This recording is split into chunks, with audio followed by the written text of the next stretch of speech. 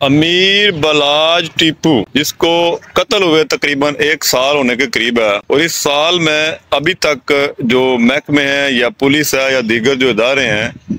वो असल हकायक तक नहीं पहुंच सके और असल कातलों तक नहीं पहुंच सके, जिसकी कई वजूहात हैं। और इस 1 साल के बाद अभी जो खबरों में दोबारा बातें गर्दिश कर रही हैं वो ये बातें हैं कि अमीर बलाज के जो मुखालफीन हैं उन्होंने भरपूर कोशिश की बलाज फैमिली यानी टीपू ट्रक्का वाली फैमिली के साथ सुलह सफाई करने की, और इस कोशिश के बावजूद वो तो उनके साथ सुलह नहीं कर सके, लेकिन जितने भी दीगर इख्तलाफात थे उनके मुखालफीन के, उन्होंने आपस में सुलह कर ली। यानी वो शख्सियात जो टीपू ट्रक्का वालों के साथ थे और उनके तर्जमान बने हुए थे उन्होंने, और जो उनका मौक़िफ़ भी पेश करते थे, क्योंकि टीपू ट्रक्का वाली की फैमिली जो है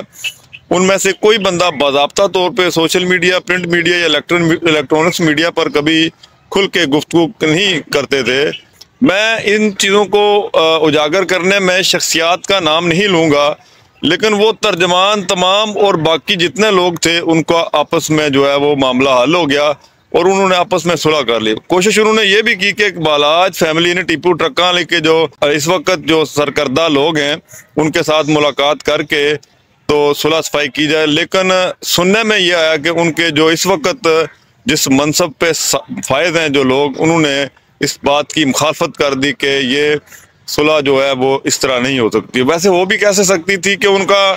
दादा इस लड़ाई में गया, उनके वालिद गए और उनका एक बड़ा खूबसूरत नौजवान भाई गया, जो यकीनी तौर पे जिसकी वजह से अभी तक ये मामलात हैं कि लोग इस चीज़ को नापसंद करते हैं। अब ये दो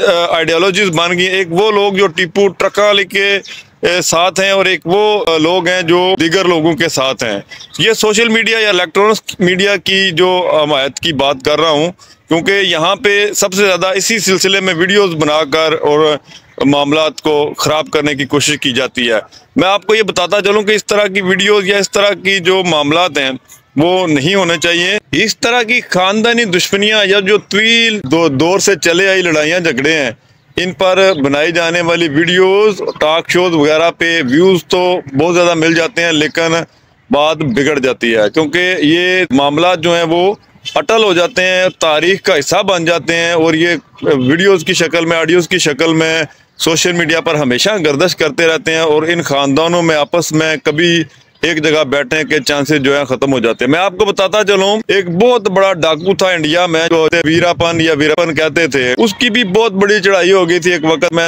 उस वक्त के प्रिंट मीडिया और इलेक्ट्रॉनिक्स मीडिया, टीवी वगैरह पर, और आखिरकार हुकूमत को उसको मारना पड़ा और बड़ी प्लानिंग करने के बाद उसको जंगलात में पकड़ के मारा गया। हालांकि उसके इर्द गिर्द के जितने जंगलात और गाँव थे वो तमाम लोग उसके हमायती थे। इसी तरह रिसेंटली जो कच्चे के डाकू हैं उन्होंने सोशल मीडिया पर बड़ी हमायत हासिल की, और ये हमायत उनके फेवर में जाती थी। इर्द गिर्द के गांव में वो लोगों, गरीब लोगों को रात धमकाकर या उनको पैसे शैसे देकर अपने साथ रखते और वो उनको मुखबरियां करते और पुलिस उन तक ना पहुंच पाती और पुलिस को बड़े बड़े नुकसान उठाने पड़े। लेकिन आखिरकार रियासत ने अपनी कार्रवाई की और शाहद लुंड साहब भी जो है ना वो इस दुनिया से कूच कर गए। इसी तरह देखा जाए तो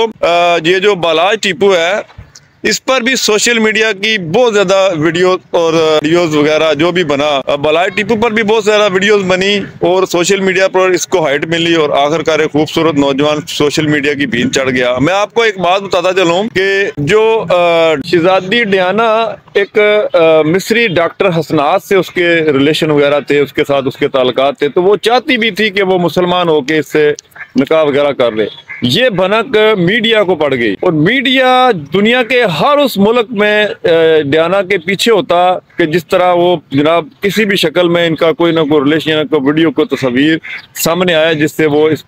खबर को ब्रेक करे। खबर तो सबको थी लेकिन खबर उनको मिल नहीं रही थी उनके इकट्ठे होने की कहीं पे भी। इसीलिए जिस वक्त वो दोनों इकट्ठे थे तो गाड़ी में वो इकट्ठे थे और उन्होंने इनका पीछा किया, तो वो ड्राइवर जो था उसने अफरा तफरी में इनके कहने पे गाड़ी इस तरह चलाई कि वो एक्सीडेंट हुआ, और उस कत्ल की वजह भी, उस एक्सीडेंट की वजह भी मीडिया बना। यानी लेडी डियाना के इस एक्सीडेंट की वजूहात जो थी वो मीडिया का लेडी डियाना का पीछा करना था।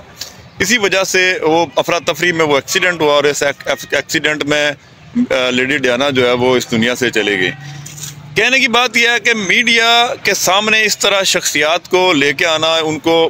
उजागर करना, उनके बारे में वीडियोस बनाना, फिर वो एक शिकंजे में फंस जाते हैं। फॉर एग्जाम्पल, एक बंदे का टेम्पो इतना बना दिया जाए कि जनाब वो ये कर देगा, वो कर देगा, फलान कर देगा, तो वो निचली सतह पे आके बात नहीं कर सकता। अब जो बालाज फैमिली है उसका एक स्टेटस बन चुका है टीपू ट्रक्का वाली फैमिली का, कि वो